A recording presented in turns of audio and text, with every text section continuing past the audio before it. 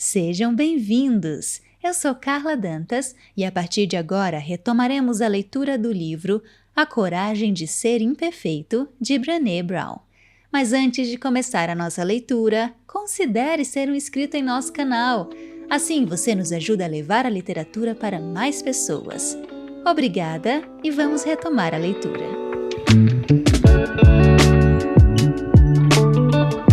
Capítulo 5. Diminuindo a lacuna de valores, trabalhando as mudanças e fechando a fronteira da falta de motivação. No mundo das empresas, há um debate em curso sobre a relação entre estratégia e cultura e sobre a importância de cada uma.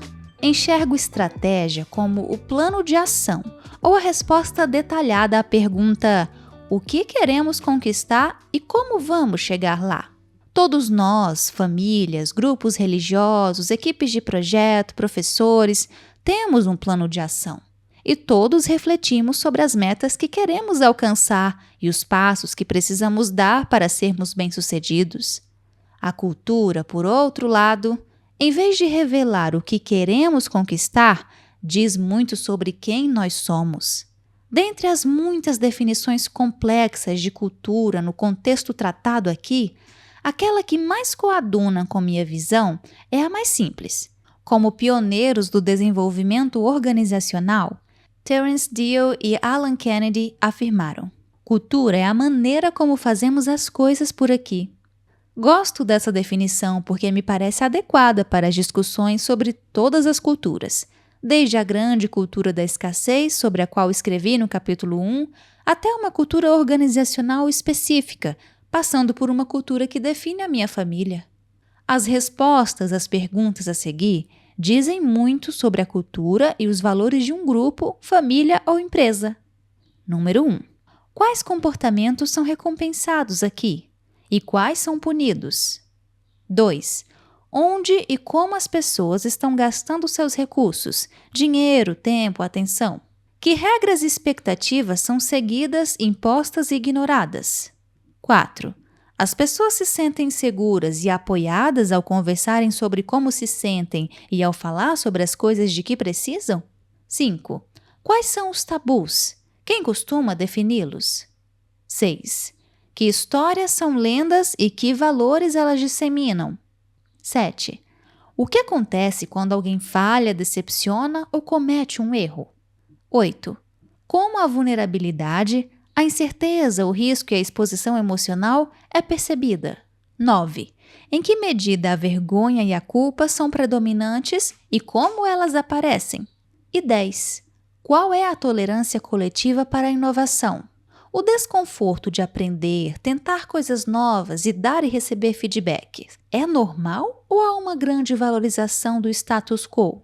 Como alguém que estuda a cultura como um todo, acredito que a força dessas questões está em sua capacidade de lançar luz sobre as áreas mais escuras de nossa vida: isolamento, desânimo e luta por valorização. As questões não apenas nos ajudam a compreender a cultura, mas trazem à tona as discrepâncias entre o que falamos e o que fazemos, ou entre as virtudes que defendemos e as que praticamos. Meu amigo Charles Kiley usa o termo virtudes desejadas para descrever a lista enganosa de virtudes e valores em que se baseiam nossas melhores intenções, na parede de nosso escritório, em nossos sermões como pais e em nossa vida de empresa. Se quisermos isolar o problema e desenvolver estratégias de transformação, temos que confrontar nossas virtudes desejadas com as praticadas, ou seja, como nós realmente vivemos, sentimos, agimos e pensamos. Estamos vivendo de acordo com o que pregamos? Responder a essa pergunta pode ser muito desconfortável. Subcapítulo: A fronteira da falta de motivação. A falta de motivação é um tema subjacente à maioria dos problemas que vejo em famílias, escolas, comunidades e organizações. E ele assume muitas formas, incluindo algumas que discutimos no capítulo 4. Nós nos desligamos, deixamos de nos envolver com as coisas para nos proteger da vulnerabilidade, da vergonha e da sensação de nos acharmos perdidos e sem objetivos. Também fazemos isso quando percebemos que as pessoas que nos lideram, o chefe, os professores, o diretor, o clérigo, os pais, os políticos, etc., não estão cumprindo o contrato social estabelecido. A política é um grande exemplo de descumprimento do contrato social. Políticos de todos os partidos fazem leis que eles não são obrigados a cumprir ou que não os afetam e adotam comportamentos que levariam quase todos nós à demissão, ao divórcio ou à prisão. Eles representam valores que raramente aparecem em seu comportamento. E assisti-los culpar e envergonhar uns aos outros é constrangedor para nós. Eles não estão cumprindo a sua parte no contrato social, e as estatísticas sobre o comparecimento dos eleitores às urnas e votos brancos ou nulos mostram que estamos bastante desanimados com essa situação. Temos outro exemplo disso nas comunidades religiosas. Primeiro, a falta de motivação nessa área é geralmente consequência de os líderes não estarem vivendo de acordo com as virtudes que pregam. Segundo, em um mundo cheio de incertezas, ficamos ansiosos por algo absoluto. É a reação humana para o medo. Quando os líderes religiosos utilizam nosso medo e a necessidade de mais certeza, retirando a vulnerabilidade da espiritualidade e transformando a fé numa cartilha de regras e consequências, em vez de nos ensinarem a enfrentar o desconhecido e abraçar o mistério, todo o conceito de fé perde o sentido. Fé menos vulnerabilidade é igual a política, ou ainda pior, a fanatismo. O verdadeiro comprometimento espiritual não é construído sobre a submissão, mas é produto do amor, da aceitação e da vulnerabilidade. Portanto, impõe-se a questão: se não criamos intencionalmente nas famílias, nas escolas, nas comunidades e nas empresas culturas que alimentam a falta de motivação e o isolamento, como isso acontece? Onde está a lacuna entre as duas coisas? A lacuna começa aqui. Não podemos dar às pessoas o que não temos. Quem somos importa infinitamente mais do que o que sabemos ou queremos ser. A distância entre as virtudes praticadas, o que de verdade nós fazemos, pensamos e sentimos, e as desejadas, o que desejamos fazer, pensar e sentir, é a lacuna de valores, ou o que chamo de fronteira da falta de motivação. É onde se perdem empregos, clientes, alunos, mestres, congregações e até mesmo filhos. Podemos dar passos largos, saltar sobre as grandes lacunas de valores que enfrentamos em casa, no trabalho e na escola, mas em algum ponto da jornada, quando essas fronteiras chegam a um grau intolerável, nós ficamos perdidos.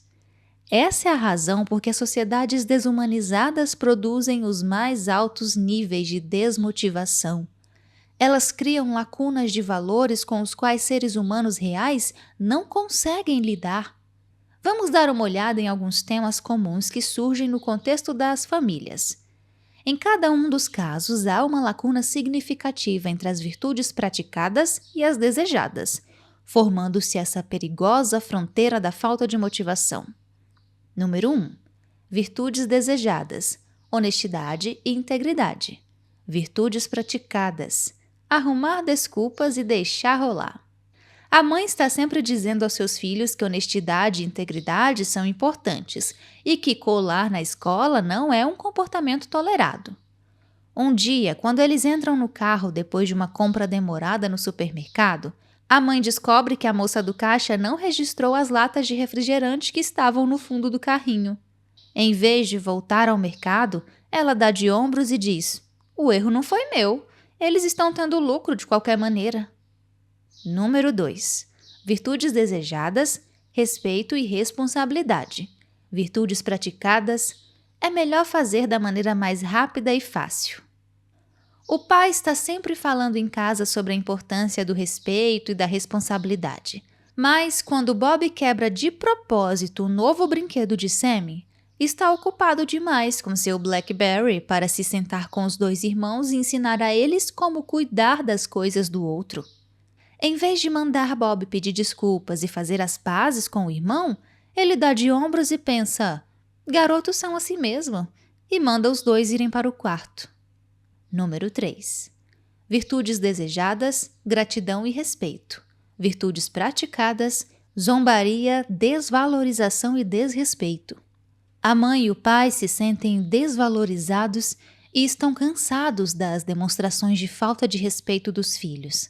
Mas o casal grita um com o outro e se trata com xingamentos. Ninguém na casa diz por favor ou obrigado, incluindo os pais. A mãe e o pai praticam a humilhação entre si e com os filhos e provocam todos os membros da família a ponto de fazê-los chorar.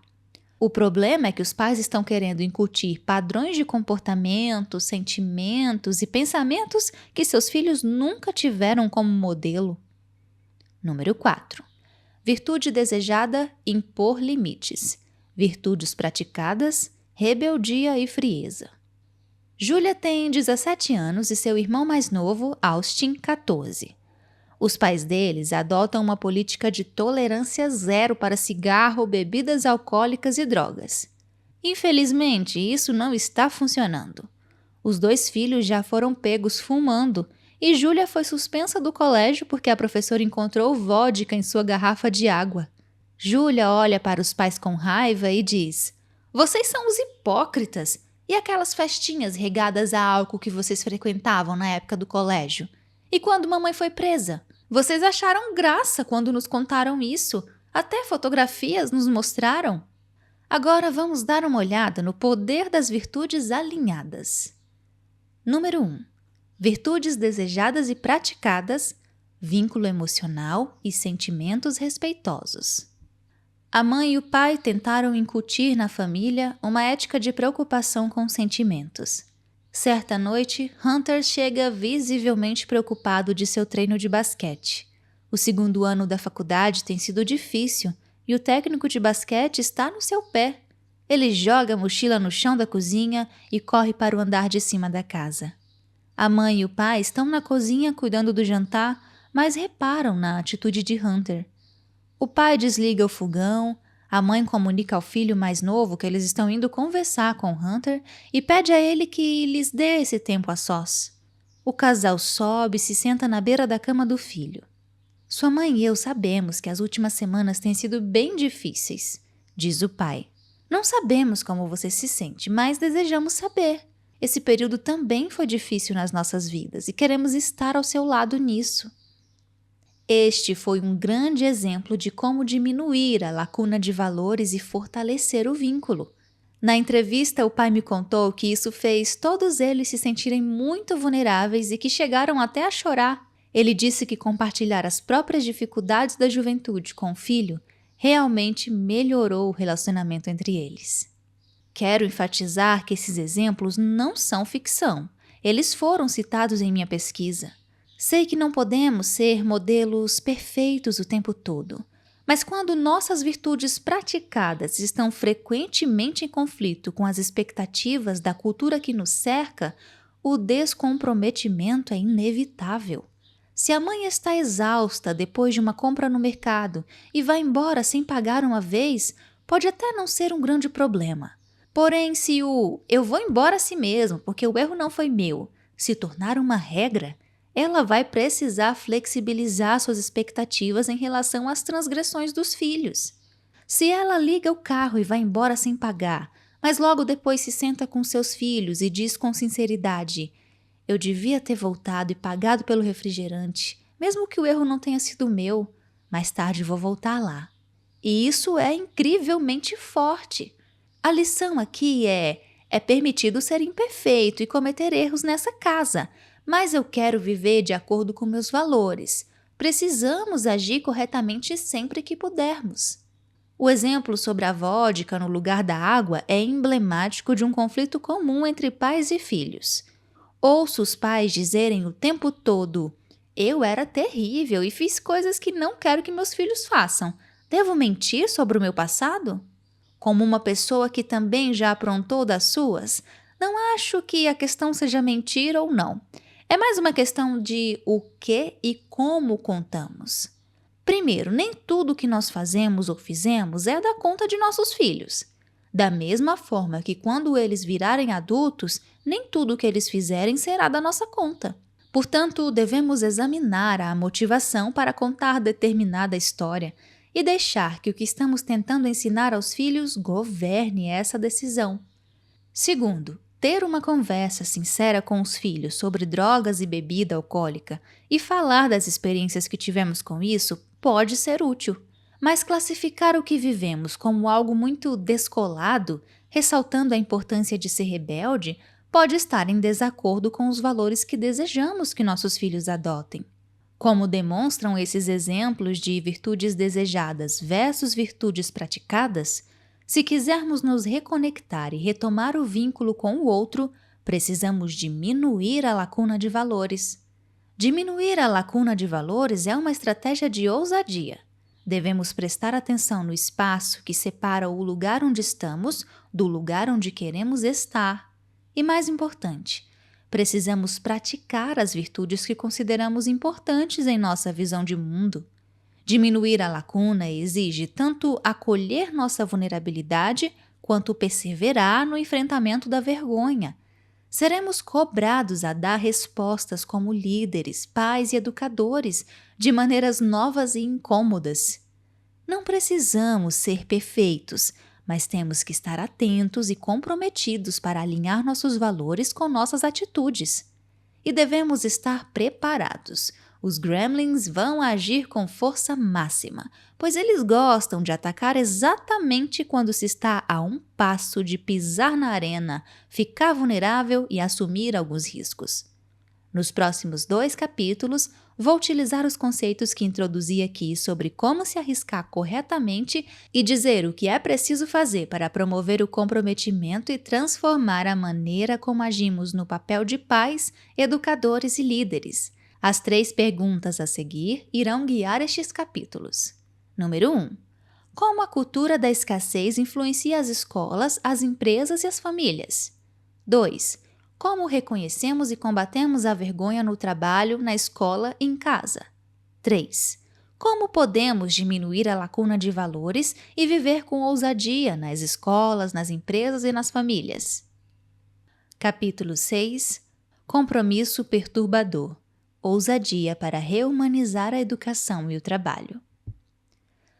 Antes de iniciarmos este capítulo, quero esclarecer o que entendo por líder. Líder é alguém que assume a responsabilidade de descobrir o potencial de pessoas e situações. O termo nada tem a ver com posição, status ou quantidade de subordinados. Escrevi este capítulo para todos nós, pais, mestres, voluntários e chefes, para todos aqueles que estiverem dispostos a viver com ousadia e liderar. Subcapítulo: O desafio da liderança na sociedade da escassez. Em 2010, tive a oportunidade de passar um fim de semana prolongado com 50 CEOs do Vale do Silício, na Califórnia. Um dos palestrantes desse retiro era Kevin Serase, na época presidente da Sirius Materials, hoje Sirius Energy, e eleito empreendedor do ano de 2009 pela revista Inc. Eu sabia que Kevin iria discursar sobre inovação perturbadora. Portanto, na minha conversa com ele, antes de nós 2 falarmos para o grupo e antes que ele conhecesse meu trabalho, eu lhe perguntei: qual é a maior barreira para a criatividade e a inovação? Kevin pensou por um instante e disse: não sei se isso tem um nome, mas, sinceramente, é o medo de lançar uma ideia e ser ridicularizado e menosprezado. Se estivermos dispostos a passar por essa experiência e sobrevivermos a ela, depois virão o medo do fracasso e o medo de estarmos errados. As pessoas acham que só são boas se suas ideias forem boas, que suas ideias não podem parecer estranhas demais e que elas não podem deixar de saber algo. O problema é que as ideias inovadoras geralmente parecem loucas e o fracasso e o aprendizado fazem parte da revolução. Mudança gradual e evolução são importantes e precisamos delas, mas estamos ávidos por uma revolução verdadeira e isso exige um tipo diferente de coragem e criatividade. Antes dessa conversa, eu nunca havia perguntado especificamente sobre inovação aos líderes que entrevistei. mas tudo o que Kevin disse estava em sintonia com a minha pesquisa sobre trabalho e educação. É verdade mesmo, falei para Kevin. A maioria das pessoas em empresas não consegue suportar a incerteza e os riscos da verdadeira inovação. Aprender e criar são atitudes que, por natureza, nos colocam em posição vulnerável. Nunca há certeza suficiente. As pessoas querem garantias. Exatamente. Tem algo relacionado ao medo que impede as pessoas de irem em frente. Elas se concentram no que já sabem fazer bem e não correm mais riscos.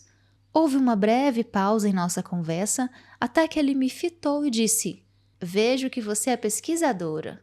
O que faz exatamente?" Dei risada. Estudo esse algo relacionado ao medo. Sou uma pesquisadora da vergonha e da vulnerabilidade. Quando voltei para o quarto de hotel, peguei meu caderno e escrevi notas sobre a conversa com Kevin. Ao pensar sobre aquele algo relacionado ao medo, me lembrei de outra anotação que havia feito no mesmo caderno. Voltei algumas folhas e encontrei o que tinha escrito depois de conversar com um grupo de alunos do segundo ciclo do ensino fundamental sobre suas experiências em sala de aula.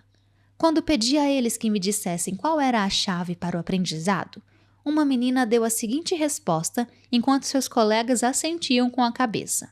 Às vezes, dá para fazer perguntas ou desafiar ideias durante a aula, mas se a gente pega um professor que não gosta disso, ou se alguns colegas ridicularizam quem age assim, é terrível. Acho que a maioria de nós acaba aceitando que o melhor é manter a cabeça baixa, a boca calada e as notas altas. Quando reli esse trecho no caderno e pensei na conversa com Kevin, fiquei pasma. Como professora, senti tristeza. Não se pode aprender de cabeça baixa e boca fechada. Como mãe de uma aluna do ensino fundamental e de um menino do jardim de infância, eu me enfureci. Como pesquisadora, comecei a ver como são frequentes as semelhanças entre as lutas de nosso sistema educacional e os desafios que enfrentamos no local de trabalho. Primeiro vislumbrei isso como duas discussões diferentes, uma para educadores e outra para líderes. Porém, quando revisitei os registros da pesquisa, concluí que professores e diretores de escola são líderes e que executivos, gerentes e supervisores são professores. Nenhuma empresa ou escola pode ter sucesso sem criatividade, inovação e aprendizado permanente. E a maior ameaça a esses três elementos é a falta de motivação.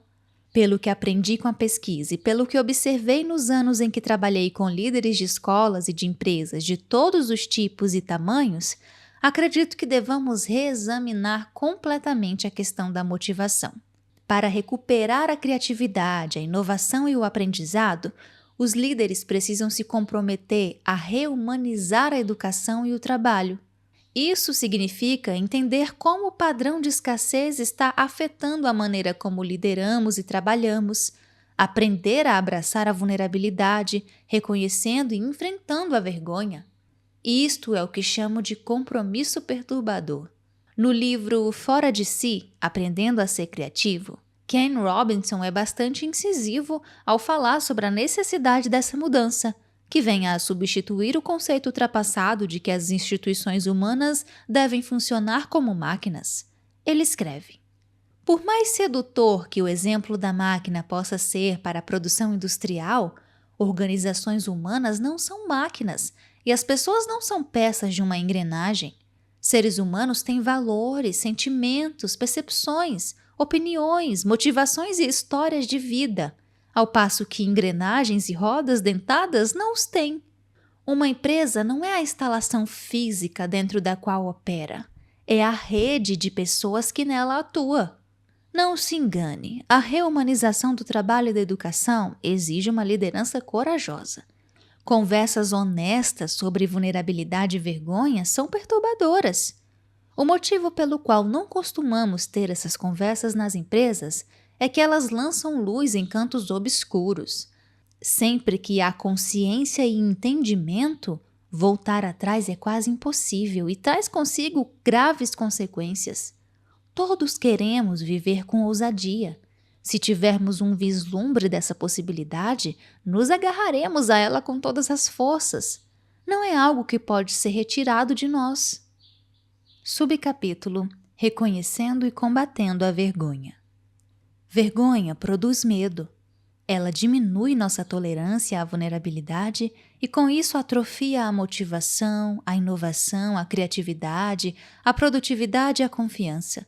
E pior ainda, se não soubermos o que estamos procurando, a vergonha pode destruir uma empresa ou organização antes mesmo de enxergarmos o sinal exterior de algum problema. Ela atua como os cupins em uma casa de madeira. Fica escondida no escuro, atrás das paredes, devorando gradativamente a nossa infraestrutura, até que um dia os degraus da escada desabam de repente. Então, descobrimos que é só uma questão de tempo, até que as paredes também desmoronem. Da mesma maneira que apenas uma caminhada pela casa não será capaz de revelar a presença de cupins, um giro pelos escritórios ou pelas salas de aula não detectará um problema de vergonha. Ou pelo menos espera-se que ele não seja tão aparente assim. Se for, se virmos um gerente repreendendo um funcionário em voz alta ou um professor humilhando um aluno, o problema já é grave demais e provavelmente já acontece há muito tempo. Na maioria dos casos, porém, precisamos saber o que estamos procurando quando avaliamos uma instituição em busca de sinais de que a vergonha possa estar presente. Ok, agora vamos dar uma pausa para o café e para você aproveitar e me contar o que está achando da leitura. Deixa aqui nos comentários. E aproveite também para se inscrever e ativar as notificações do canal, viu? Obrigada! E vamos retornar à leitura. Subcapítulo: Sinais de que a vergonha impregnou a cultura. Culpa, fofocas, favoritismo, apelidos pejorativos e assédio são comportamentos indicadores de que a vergonha impregnou a cultura de um lugar. Um sinal ainda mais claro é quando a vergonha se torna uma ferramenta explícita de gerenciamento. Há alguma evidência de pessoas em posição de liderança praticando bullying, criticando alguém em voz alta na frente dos colegas, repreendendo em público ou implantando sistemas de recompensa para intencionalmente diminuir, envergonhar ou humilhar os subordinados? Nunca estive em uma escola ou empresa que não utilizasse a vergonha.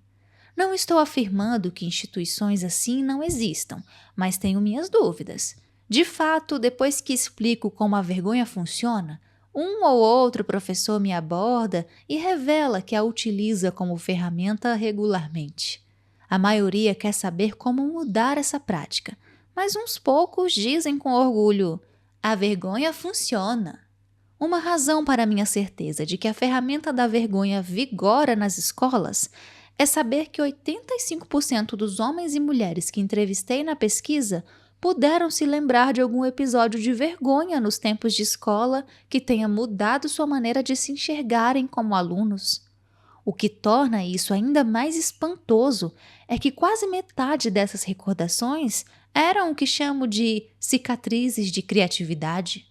Os participantes da pesquisa podiam apontar algum episódio específico em que escutaram que eles não eram bons escritores, artistas, músicos, dançarinos ou alguma outra coisa ligada à sua produção criativa. Ainda vejo isso acontecendo nas escolas o tempo todo.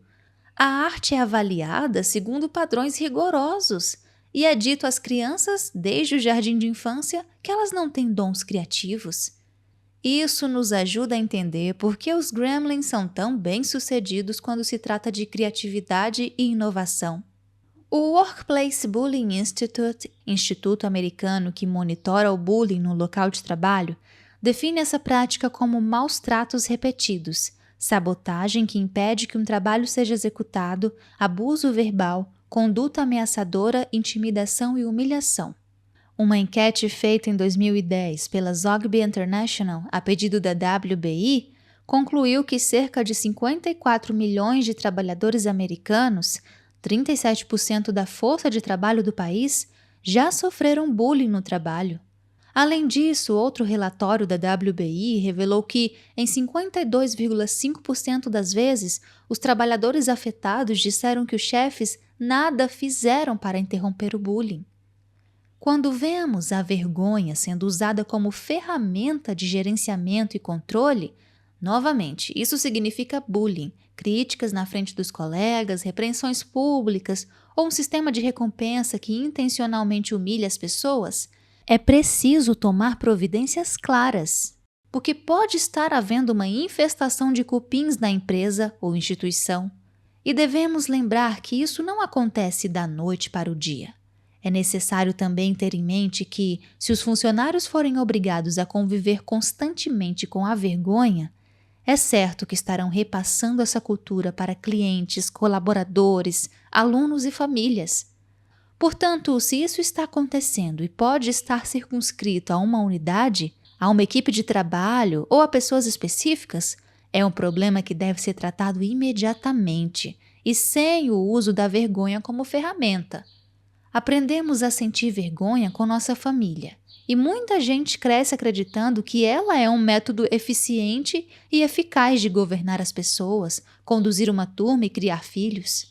Por essa razão, constranger alguém que utiliza a ferramenta da vergonha não é útil, mas não fazer nada é igualmente perigoso, não apenas para as pessoas que estão sendo vítimas da cultura da vergonha, como também para a instituição como um todo.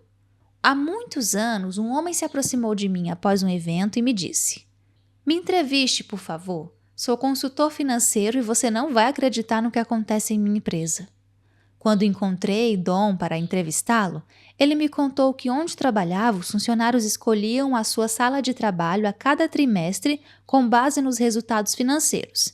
A pessoa com o melhor desempenho no período era a primeira a escolher, e quem estava ocupando a sala cobiçada tinha que arrumar as gavetas e cair fora.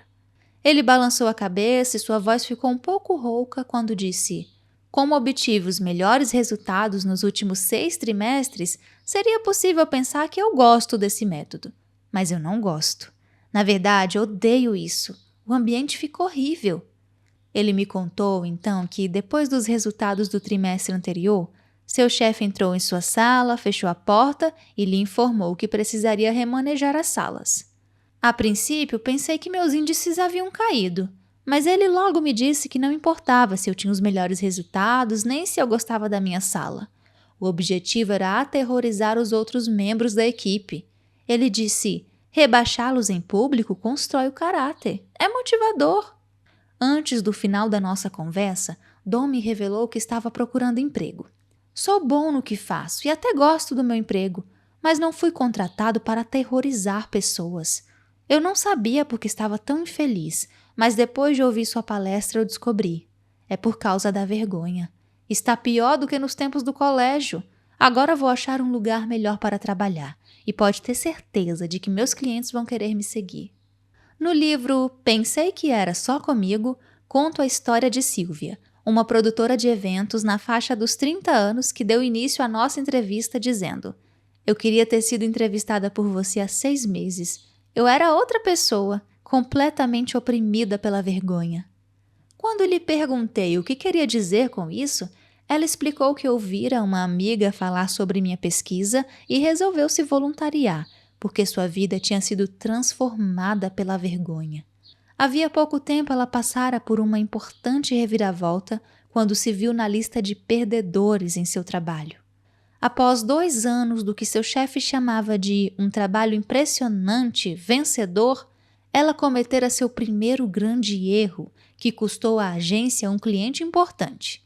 A reação dela foi colocá-la na lista dos perdedores. Ela me disse: "Meu chefe mantém 2 quadros brancos na porta de sua sala, um com a lista de vencedores e outro com a de perdedores. Num instante fui de um para o outro." Ela confessou que por algumas semanas mal conseguia trabalhar. Silvia perdeu a confiança e começou a faltar ao trabalho. A vergonha, a ansiedade e o medo tomaram conta dela. Depois de 3 semanas muito difíceis, ela pediu demissão e foi trabalhar em outra agência. A vergonha só triunfa nos sistemas em que as pessoas desistem de se comprometer com algo para se protegerem. Quando estamos desmotivados, nós não nos mostramos, não contribuímos e deixamos de nos importar.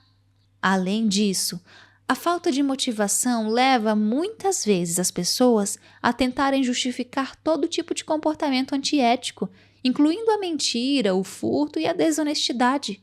Nos casos de Dom e Sylvia, eles não apenas desistiram, eles foram embora e levaram seu talento para o concorrente. Quando avaliamos nossas instituições à procura de sinais de vergonha, é importante também estar atento às ameaças externas, forças que agem fora da instituição e influenciam a maneira como líderes e subordinados se sentem em relação ao trabalho. Como professora, irmã de 2 professoras da rede pública e cunhada de um diretor de colégio público, eu não preciso ir longe para encontrar exemplos disso. Há alguns anos, minha irmã Ashley me telefonou chorando. Quando lhe perguntei o que estava acontecendo, ela me disse que o jornal Houston Chronicle tinha publicado o nome de todos os professores daquele distrito escolar ao lado do bônus que cada um recebeu com base nas notas padronizadas das provas de seus alunos. Eu não tinha lido o jornal naquele dia e fiquei confusa. Ashley, você dá aula para o jardim de infância. Seus alunos ainda não fazem prova. Seu nome está nessa lista? Minha irmã explicou que seu nome estava na lista e que o jornal tinha publicado que ela recebera o bônus mais baixo de todos. O que o periódico não informou foi que aquele era o bônus mais alto possível para professores do jardim de infância. Imagine o que seria isso para qualquer grupo de profissionais. Publicar o salário e o bônus de todos os funcionários de uma empresa, e ainda por cima de maneira inadequada. Ashley me disse, ainda chorando. Eu estou morrendo de vergonha. Tudo que eu queria na vida era ser professora. Dou duro para fazer o meu trabalho. Peguei dinheiro emprestado com toda a família para completar o material escolar das crianças mais necessitadas. Fico depois da hora para conversar com os pais. Existem centenas de professores que trabalham muito e não recebem nada em troca. Alguns dos melhores que conheço se oferecem para ensinar os alunos mais problemáticos, sem nem pensar como isso vai afetar seus resultados ou seu bônus. Eles fazem isso porque amam o trabalho e acreditam em seus alunos. Infelizmente, essa abordagem injusta para a avaliação dos professores se tornou uma prática aceita em todo o país. A boa notícia é que as pessoas estão finalmente se manifestando.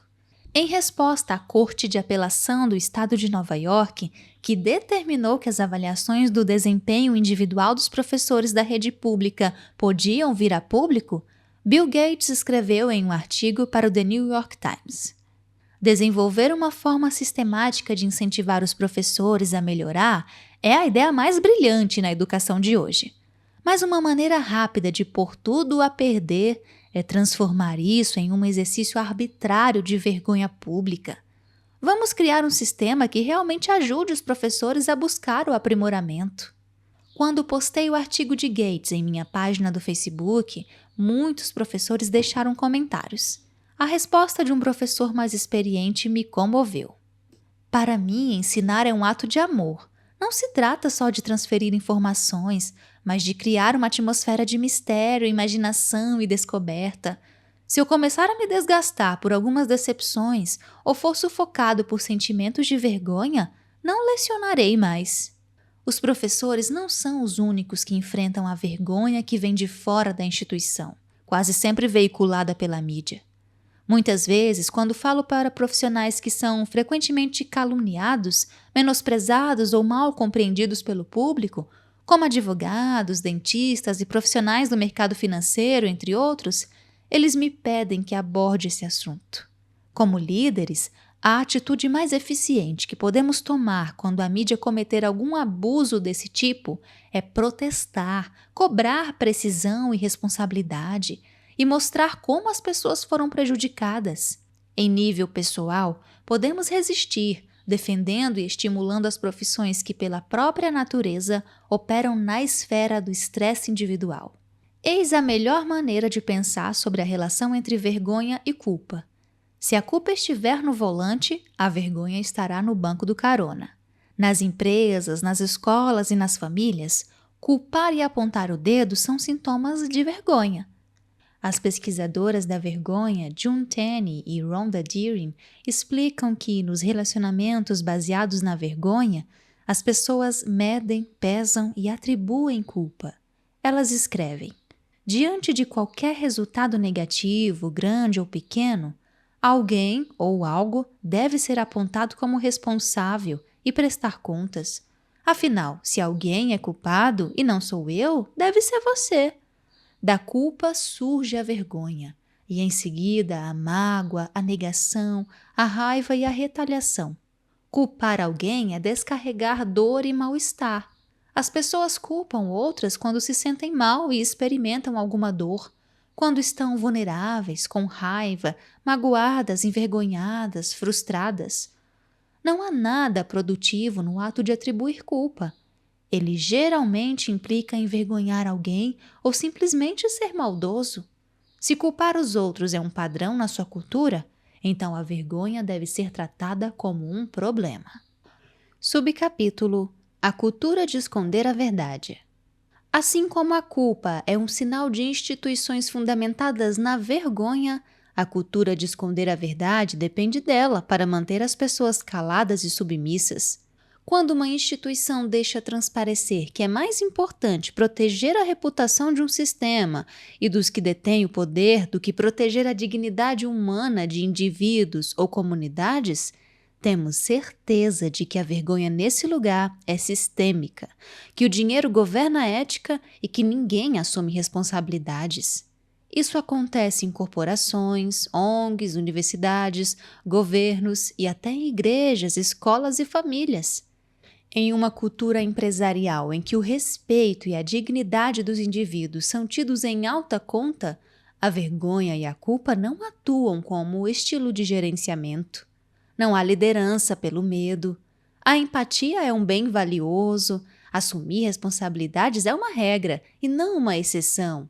E a necessidade humana primordial por aceitação não é usada para alavancar produtividade nem para controle social. Não devemos controlar o comportamento das pessoas. No entanto, precisamos cultivar culturas empresariais em que determinados comportamentos não sejam tolerados e em que todos se disponham a proteger o que mais importa, os seres humanos. Não solucionaremos as questões complexas que enfrentamos hoje sem criatividade, inovação e aprendizado estimulante. Não podemos permitir que nosso incômodo com a questão da vergonha nos impeça de reconhecê-la e enfrentá-la nas escolas e nos locais de trabalho. As 4 melhores estratégias para desenvolver empresas e organizações resilientes à vergonha são: número 1. Apoiar líderes que desejem ousar, facilitar conversas honestas sobre o tema da vergonha e incentivar uma cultura de combate a ela. 2. Estimular um esforço consciente para detectar em que pontos a vergonha possa estar atuando na empresa e de que forma ela se dissemina na maneira como nos relacionamos com nossos colegas de trabalho e alunos. Número 3. Estabelecer padrões como forma de combater a vergonha. Líderes e gerentes podem criar motivação, ajudando as pessoas a saberem o que querem. Quais são as dificuldades em comum? Como as pessoas lidam com elas? Quais têm sido suas experiências? Número 4. Levar todos os funcionários a conhecer a diferença entre vergonha e culpa e ensiná-los a dar e receber feedback de maneira que isso encoraje o crescimento e a motivação. Subcapítulo: Diminuir a lacuna de valores com feedback de qualidade. Apoiar uma cultura em que há feedback sincero, construtivo e compromissado é viver com ousadia. Isso vale para empresas, escolas e famílias. Sei que muitas famílias têm dificuldade para lidar com essa questão, mas me espantei ao ver a falta de feedback surgir como preocupação principal nas entrevistas que se concentravam nas experiências de trabalho. As empresas de hoje estão de tal forma focadas em avaliações de desempenho que dar, receber e solicitar feedback de qualidade se tornou raro. É incomum até mesmo em escolas, onde aprender depende de um bom feedback dos professores, o qual é infinitamente mais eficaz do que notas de avaliações padronizadas geradas por computador. O problema é claro: sem feedback não pode haver mudança transformadora. Quando não conversamos com as pessoas que estamos liderando sobre seus pontos fortes e suas oportunidades de crescimento, elas começam a questionar as próprias contribuições e o nosso comprometimento. O resultado disso é o desestímulo e o desinteresse. Quando perguntei às pessoas por que havia tanta falta de feedback em suas empresas e suas escolas, elas usaram linguagens diferentes, mas os dois principais tópicos eram os mesmos. Número 1. Não nos sentimos à vontade com conversas difíceis. E número 2. Não sabemos como dar e receber feedback de modo a fazer as pessoas e os processos avançarem. A boa notícia é que essas questões são facilmente reparáveis. Se uma empresa fizer da cultura do feedback uma prioridade e uma prática, em vez de apenas uma virtude desejada, a mudança será profunda. Os profissionais estão desesperados por feedback. Todos queremos crescer. É preciso apenas aprender a dar um retorno de qualidade para que ele venha a inspirar crescimento e comprometimento. O feedback tem sucesso em culturas em que a meta não é ficar à vontade com conversas difíceis, mas normalizar o desconforto. Se os líderes esperam aprendizado verdadeiro, pensamento crítico e mudança, então o desconforto precisa se tornar normal. Sabemos que crescimento e aprendizado são desconfortáveis, e isso vai acontecer aqui. Vocês vão se sentir assim. Queremos que entendam que isso é normal e que será uma expectativa em nossa organização. Vocês não estão sozinhos. Apenas tenham a mente aberta e abracem essa causa. Esse modelo de desconforto normalizado deve ser adotado em todas as organizações e nas famílias também. Aprendi a ensinar lendo livros sobre pedagogia crítica e engajada de autores como Bell Hooks e Paulo Freire. No início, fiquei aterrorizada com a ideia de que toda educação transformadora passa por caminhos desconfortáveis e imprevisíveis. Agora, com mais de 15 anos de magistério na Universidade de Houston, sempre digo aos meus alunos: se vocês estiverem confortáveis durante as minhas aulas, eu não estou ensinando e vocês não estão aprendendo. Vai ser desconfortável, é normal e faz parte do processo. O simples processo de fazer as pessoas saberem que o desconforto é normal e que vai acontecer, e explicar por que vai acontecer e por que é importante, reduz a ansiedade, o medo e a vergonha. Assim, os períodos de desconforto se tornam uma expectativa e uma norma. Na maioria dos semestres, um ou outro aluno se aproxima de mim depois das aulas e confessa: ainda não fiquei desconfortável, estou preocupado. Essas trocas, em geral, levam a conversas e feedbacks importantes sobre o envolvimento deles e sobre as minhas aulas. O grande desafio para os líderes é convencer sua mente e seu coração de que precisam incentivar a coragem para se colocar em uma posição desconfortável e ensinar as pessoas à sua volta a aceitar o desconforto como parte do crescimento. Quando procuro oferecer uma orientação sobre como dar um feedback que faça as pessoas e processos avançarem, eu me volto para as origens de meu trabalho no serviço social. Na minha experiência, o segredo de um retorno de qualidade é enfatizar a perspectiva dos pontos fortes. De acordo com o educador em serviço social Dennis Saliby, enxergar o desempenho focando nos pontos fortes de uma pessoa nos dá a oportunidade de examinar nossas tarefas à luz de nossas capacidades, talentos, competências, possibilidades, visões, valores e esperanças. Esse ponto de vista não despreza a séria natureza de nossas dificuldades e pontos fracos. No entanto, ele nos leva a considerar nossas qualidades positivas como recursos potenciais. O Dr. Saliby propõe: é tão errado negar o que é possível quanto negar o problema. Um método eficiente para entender nossos pontos fortes é examinar a relação entre forças e limitações. Se observarmos o que fazemos melhor e o que mais queremos mudar, veremos que os dois são, frequentemente, graus variados do mesmo comportamento central.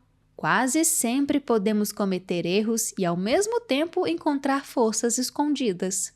Por exemplo, eu posso me punir por ser muito controladora e meticulosa, ou posso reconhecer que sou também muito responsável, confiável e comprometida com o trabalho de qualidade. As atitudes controladoras talvez não desapareçam, mas, ao abordá-las pela perspectiva dos pontos fortes, posso ter uma visão melhor de mim mesma e avaliar os comportamentos que gostaria de ter.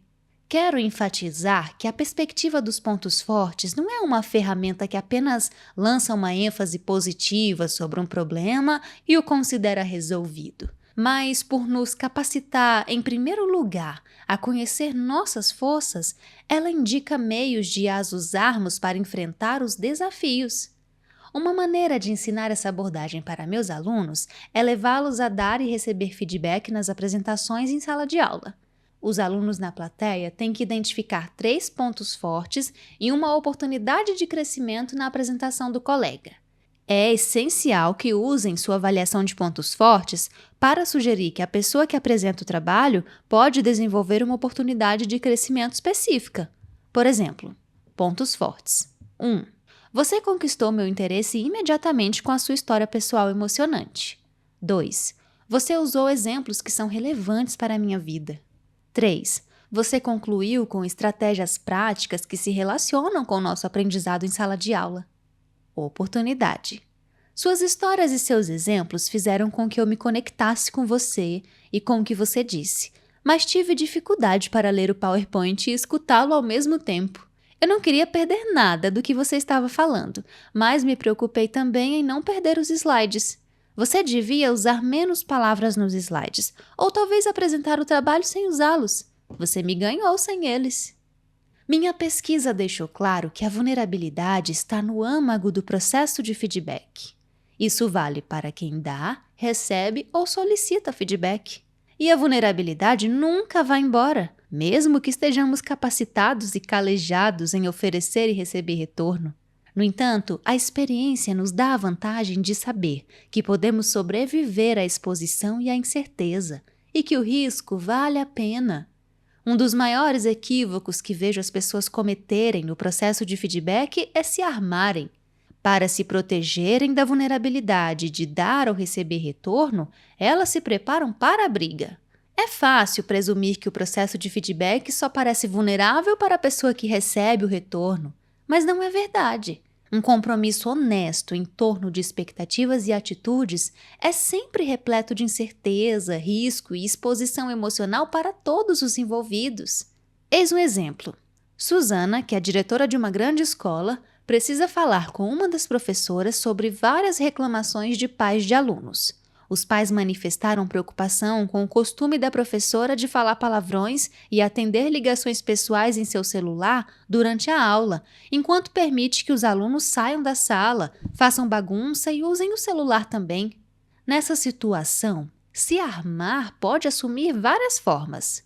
Uma delas é Susana preencher o formulário de queixa e entregá-lo para a professora quando ela chegar à sala atendendo ao seu chamado. Susana apenas dirá: aqui estão as reclamações. Tome ciência de seus erros e assine aqui, e que isso não aconteça de novo. A diretora terá finalizado a reunião de advertência em 1 minuto, sem explicações, sem feedback, sem crescimento, sem aprendizado, mas com o assunto rapidamente encerrado. Nesse caso, as chances de a professora mudar o seu comportamento são pequenas. Outra maneira de se armar é se convencendo de que a outra pessoa merece ser magoada ou humilhada.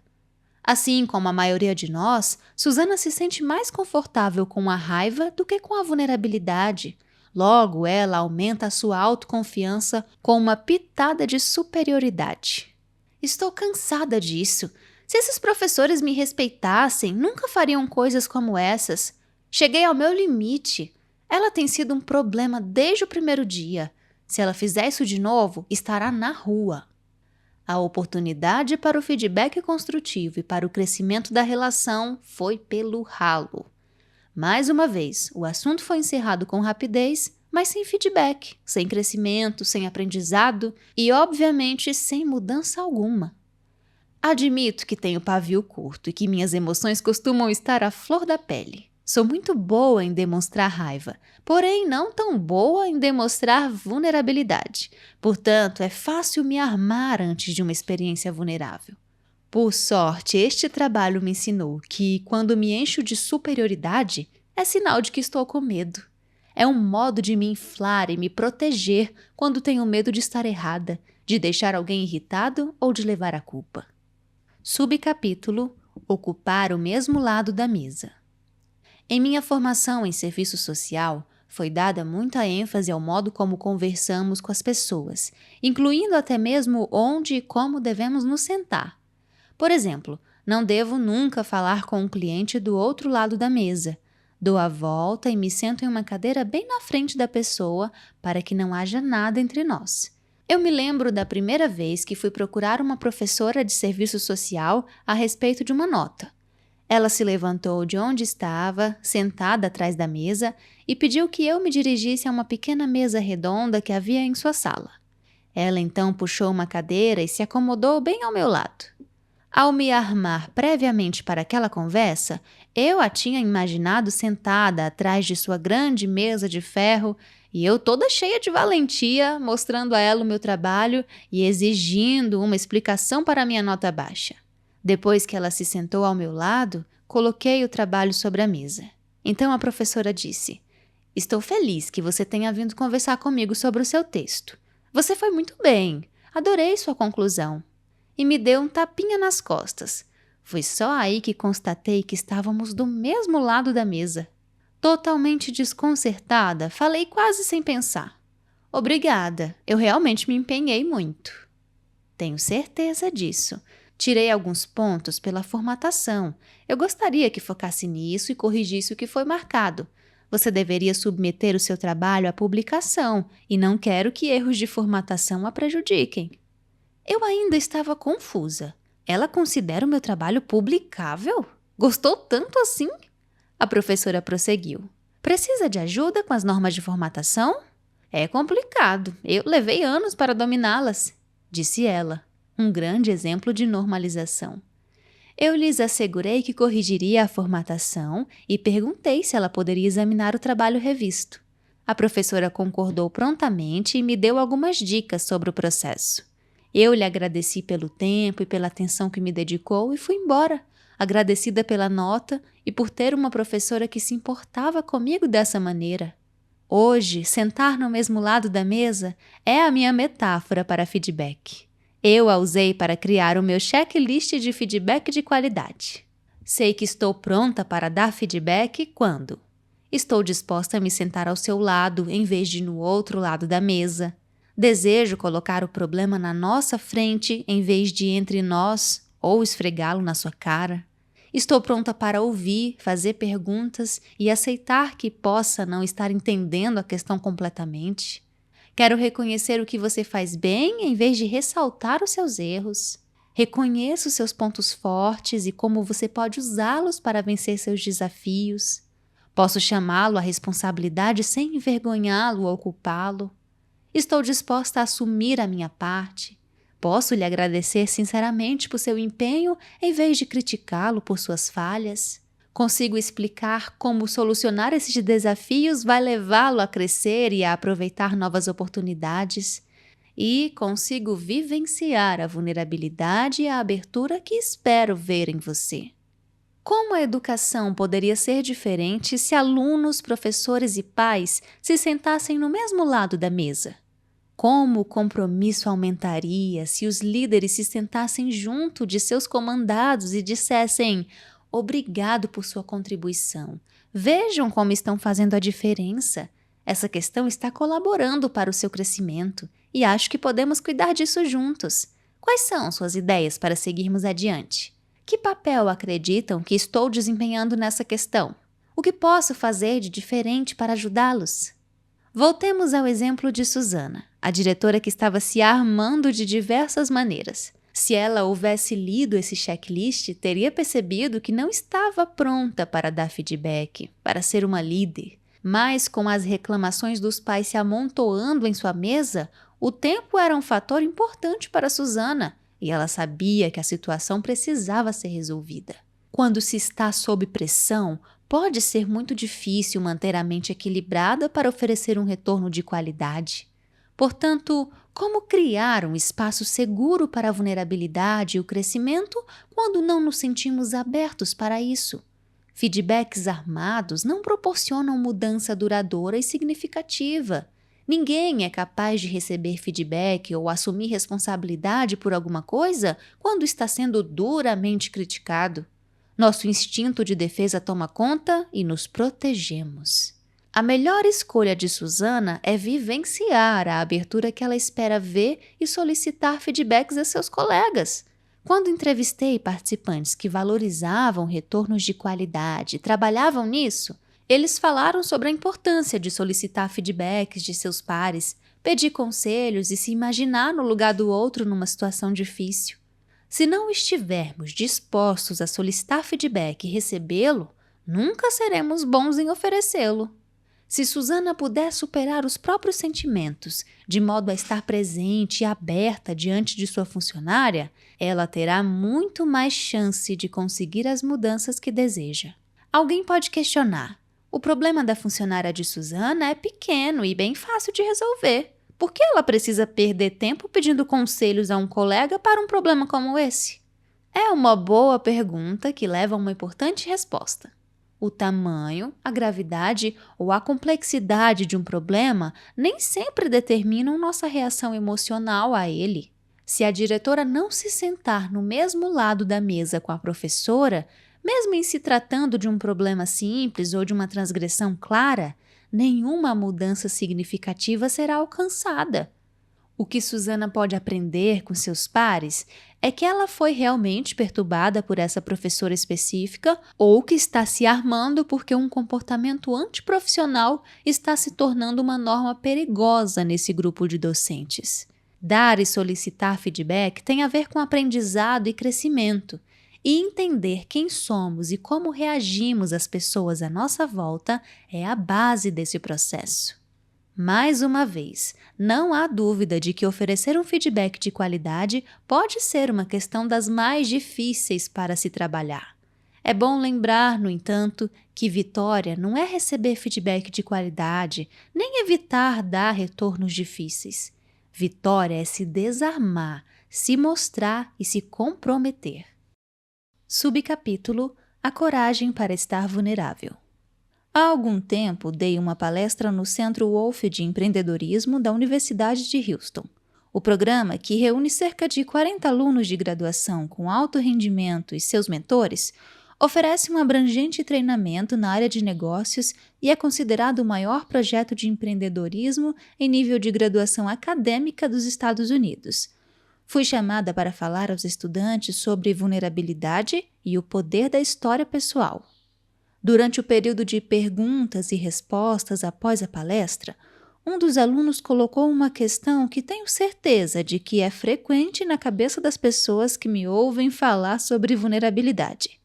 Ele disse: "Percebo quanto a vulnerabilidade é importante, mas estou no ramo das vendas e não sei bem como deveria agir. Ser vulnerável significa que, se um cliente me fizer uma pergunta sobre algum produto e eu não souber a resposta, devo dizer o que realmente estou pensando, como: sou novo aqui e ainda não sei exatamente o que estou fazendo." Os estudantes que estavam ouvindo com atenção se voltaram para mim imediatamente, como se dissessem: isso é patético. Deveríamos mesmo responder dessa maneira? A minha resposta foi não e sim. Nesse cenário, vulnerabilidade é reconhecer e assumir que você não sabe alguma coisa. É fitar o cliente nos olhos e dizer: no momento não sei a resposta, mas vou descobrir. Faço questão de lhe dar a informação correta. Expliquei que a indisposição para abraçar a vulnerabilidade de não saber algo leva a pessoa muitas vezes a dar desculpas, a se esquivar da pergunta ou, no pior dos casos, mentir para o cliente. É o golpe fatal para qualquer vínculo, e se tem algo que aprendi ao palestrar para vendedores é que venda tem tudo a ver com a criação de relacionamentos. Portanto, apesar de eu não aconselhar ninguém a usar aquelas mesmas palavras do estudante com o cliente, acredito que haja alguma virtude em compartilhar com alguém que você não sabe bem o que está fazendo, seja com um mentor que pode lhe oferecer apoio e orientação ou com um colega que possa ajudá-lo a aprender e a normalizar a experiência. Imagine o estresse e a ansiedade de não saber o que se está fazendo, mas tentar convencer um cliente de que sabe, de não ser capaz de pedir ajuda e de não ter ninguém com quem conversar sobre o seu problema. É assim que perdemos funcionários. É muito difícil continuar motivado nessas circunstâncias. A pessoa começa a poupar esforços, a não se importar mais e acaba jogando a toalha. Depois da minha palestra, um dos mentores do grupo se aproximou de mim e disse: "Trabalhei com vendas durante minha carreira toda e posso lhe garantir que não há nada mais importante do que ter a coragem de dizer 'eu não sei' e 'errei'. Ser honesto e transparente é a chave do sucesso em todas as áreas da vida." Tive a oportunidade de entrevistar Gay Geddes, proprietária e fundadora da T3. A T3 é uma grande empresa de marketing que se especializou em campanhas inovadoras para diversas mídias.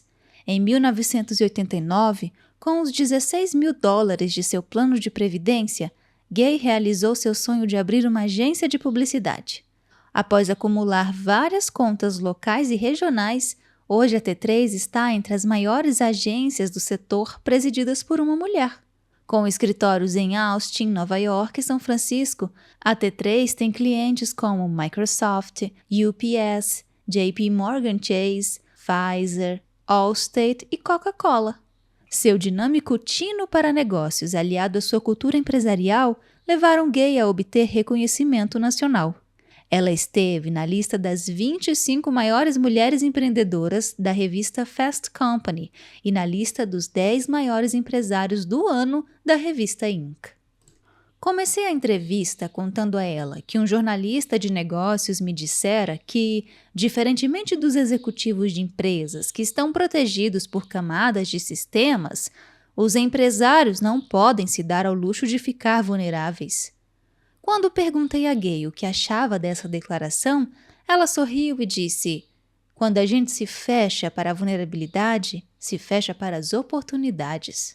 Ela explicou um pouco mais sua visão desta forma, abre aspas, "Por definição, o empreendedorismo é vulnerável. Tem a ver com a capacidade de administrar e lidar com a incerteza. As pessoas estão sempre mudando, o orçamento muda, o quadro de funcionários muda, e competir significa ter que ser ágil e criativo. É preciso criar uma visão e viver de acordo com ela, e não há visão sem vulnerabilidade." Fecha aspas. Por saber que Gay passa muito tempo lecionando e orientando profissionais, perguntei que conselho ela daria aos novos empreendedores em relação a abraçar a incerteza. Ela respondeu, abre aspas, "Para ter sucesso, o empresário deve se cercar de fortes redes de apoio e de bons conselheiros. Precisa aprender a calar o ruído em volta para que possa ter clareza sobre como se sente e o que pensa, e então fazer o trabalho pesado. Sem dúvida, isso tem a ver com a vulnerabilidade." Fecha aspas. Outro grande exemplo do poder da vulnerabilidade é o método de liderança adotado por Christine Day, a CEO da marca de moda atlética Lululemon. Em uma entrevista para o programa CNN Money, Christine contou que havia sido uma executiva muito astuta e inteligente que tinha se diplomado em certezas. A transformação veio quando descobriu que não seria por meio de ordens que levaria os funcionários a se envolverem e vestirem a camisa da empresa. Ela aprendeu a deixá-los comprar a ideia à sua própria maneira e que a função dela era abrir espaço para o crescimento dos outros. Christine caracterizou essa mudança da seguinte maneira: deixar de ser alguém que pensa ter sempre a melhor ideia ou solução para os problemas e se tornar a melhor líder de pessoas. A transformação que ela descreveu é a passagem do controle para o envolvimento com vulnerabilidade, correndo riscos e cultivando confiança. E ainda que a vulnerabilidade possa, às vezes, nos fazer sentir impotentes, a mudança de atitude de Christine teve um efeito poderoso.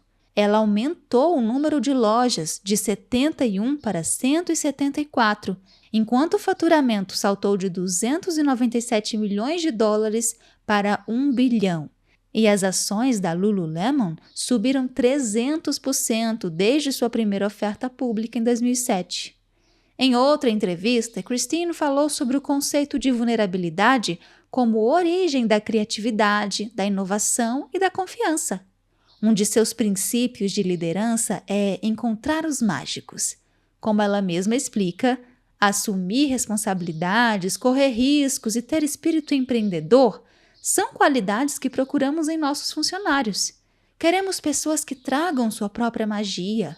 Os atletas são muito valorizados em nossa sociedade.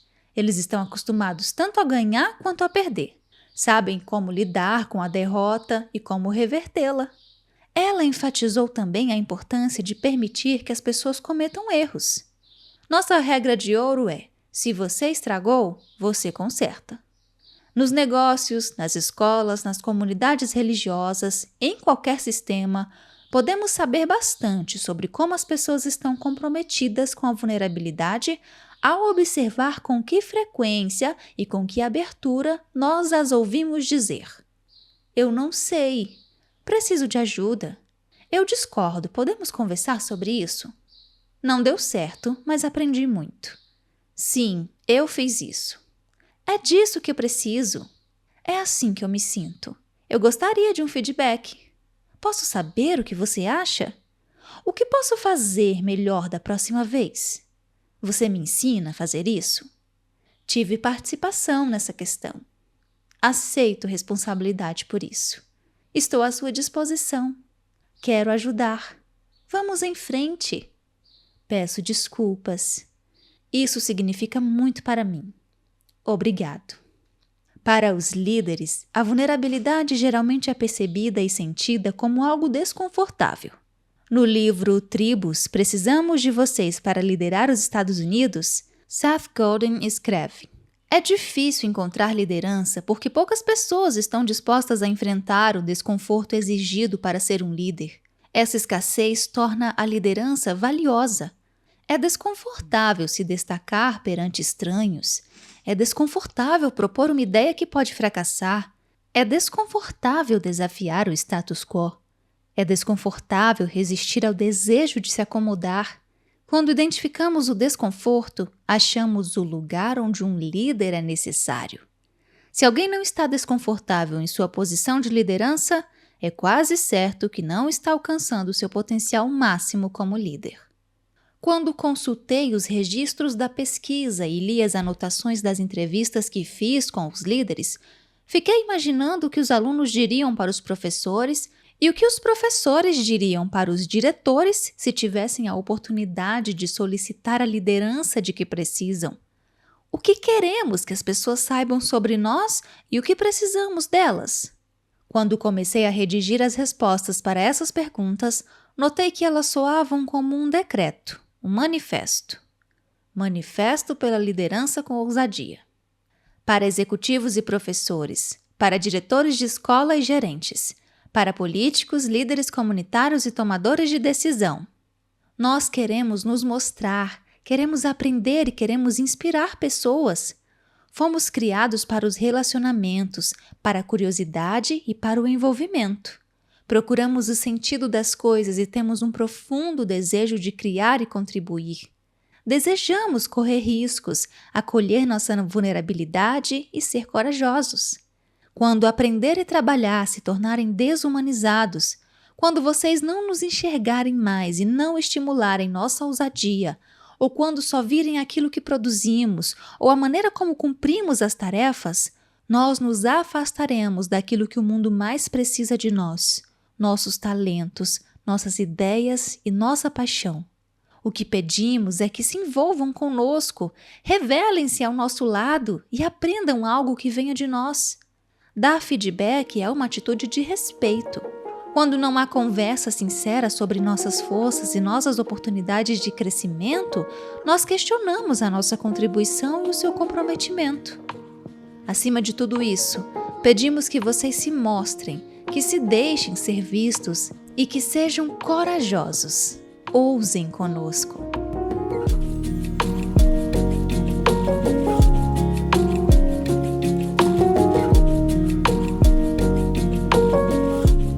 Retomaremos a leitura deste livro no próximo vídeo do canal. Não deixe de acompanhar e aproveite para se inscrever, deixar seu comentário e compartilhar com seus amigos. Obrigada!